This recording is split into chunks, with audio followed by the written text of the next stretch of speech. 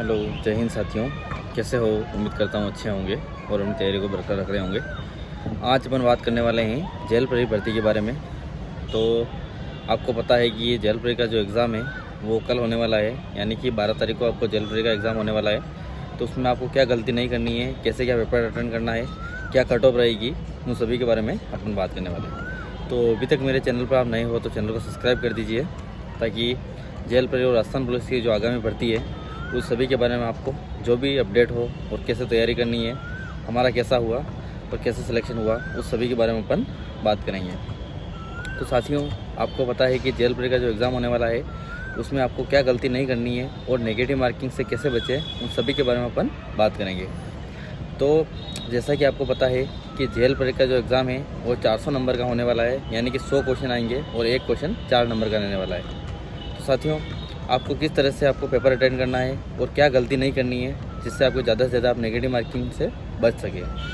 तो आपको पता है कि इसमें 45 क्वेश्चन रीजनिंग के आने वाले हैं, यानी कि काफ़ी ज़्यादा वेटेज है, 45% वेटेज है वो आपके रीजनिंग का रहने वाला है। तो आपको रीजनिंग में किस तरह से आपको अटेंड करना है और किस तरह से आपका, यानी कि पेपर छूटना नहीं चाहिए, यानी कि आपको किस तरह से आप पेपर अटेंड करें ताकि आप ज़्यादा से ज़्यादा क्वेश्चन अटेंड कर पाए। तो मैं आज बताऊंगा आपको कि अगर आपकी रीजनिंग वगैरह अच्छी है तो आप पहले रीजनिंग को सोल्व करें, क्या उससे आप मोटिवेट हो जाओगे।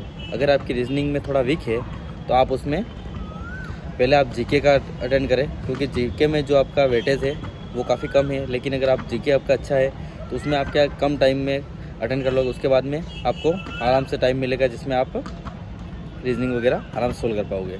लेकिन अगर रीजनिंग आपकी अच्छी नहीं है और आपने अगर पहले से उसको अगर कर लिया है तो आप पूरा पेपर अटेंड नहीं कर पाओगे और रीजनिंग में काफ़ी ज़्यादा टाइम ले लोगे। तो आप जो जीके के क्वेश्चन हैं जो आप कुछ सेकंडों में कर सकते थे वो क्वेश्चन आपके छूट जाएंगे। इसलिए अभी आपको ज़्यादा से ज़्यादा, अगर अब आपको क्या करना है और अब आखिरी के दिन में क्या पढ़ना है उसमें अपन बात करें, तो आपको ज़्यादा कुछ भी नहीं पढ़ना है। अगर आपने पहले कुछ पढ़ रखा है तो उसका अगर रिवीजन हो तो कर लेना है, नहीं तो आपको आराम से आपको अगले दिन कुछ भी नहीं पढ़ना है, आराम से आप नींद वगैरह लीजिए। क्योंकि अगर आप नींद वगैरह अगर कंप्लीट नहीं लोगे, अगर रात भर पढ़ते रहोगे तो आपका सुबह का पेपर बिगड़ जाएगा। यानी कि अगर अब तो ऐसा तो है नहीं कि आप अगर आज कुछ पढ़ के नया पढ़ के आप कर पाओगे, ऐसा कुछ भी नहीं होने वाला है। जो आपने पहले पढ़ रखा है उसके अकॉर्डिंग ही आपका पेपर होने वाला है। इसलिए आपको ज़्यादा रिस्क नहीं लेना है और अच्छे से अच्छे से पेपर को अटेंड करने की कोशिश करनी है। और नेगेटिव मार्किंग की अपन बात करें तो 1/4 नेगेटिव मार्किंग रहने वाली है, यानी कि इतनी कोई ज़्यादा नेगेटिव मार्किंग नहीं है। 1/4 तो बहुत नहीं के बराबर होती है। तो आपको ज़्यादा से ज़्यादा पेपर अटेंड करना है। अगर आपको अगर 3 ऑप्शन भी अगर उसमें से आ रहे हैं ना, तो भी आपको क्वेश्चन को अटेंड करना है। अगर चारों ऑप्शन नहीं आ रहे तो उस तरह से आप छोड़ सकते हो। लेकिन अगर आपको 3 क्वेश्चन में अगर एक क्वेश्चन के अगर 3 आंसर में अगर आपको लग रहा है तो उसमें आपको पेपर में क्वेश्चन अटेंड करके आना है। और अगर 2 में आ रहा है, अगर 2 ऑप्शन आपको अगर काट दिए और 2 ऑप्शन नहीं आ रहे तो उसको तो क्वेश्चन आपको अटेंड करके ही आना है, अगर छोड़ना नहीं है। क्योंकि 1/4 है। अगर आपने गलती से अगर 10 क्वेश्चन भी अगर आपने ऐसे किए हैं और उसमें से अगर आपके अगर 5 भी सही निकल गए और 5 भी गलत निकले तो भी आप प्लस पॉइंट में ही जाओगे, नेगेटिव पॉइंट नहीं होगे। इसलिए आप ज़्यादा से ज़्यादा पेपर अटेंड करने की कोशिश कीजिए।